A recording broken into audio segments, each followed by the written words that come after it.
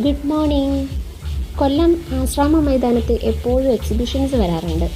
എന്നാൽ ഇപ്പോൾ നടക്കുന്ന എക്സിബിഷനിലെ കുറച്ച് കാഴ്ചകളാണ് ഈ വീഡിയോയിൽ. ഈ എക്സിബിഷനിലെ മെയിൻ ഹൈലൈറ്റ് വാട്ടർഫോൾസ് തന്നെയാണ്.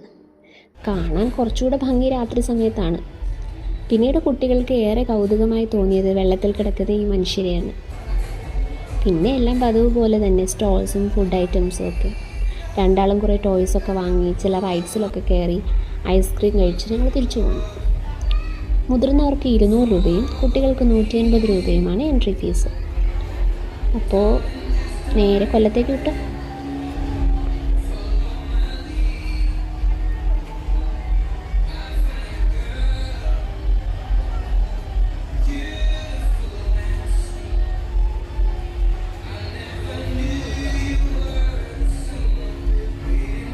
இலக்கண கவிதை எழுதிய அழகே உருகியது என் உயிரே.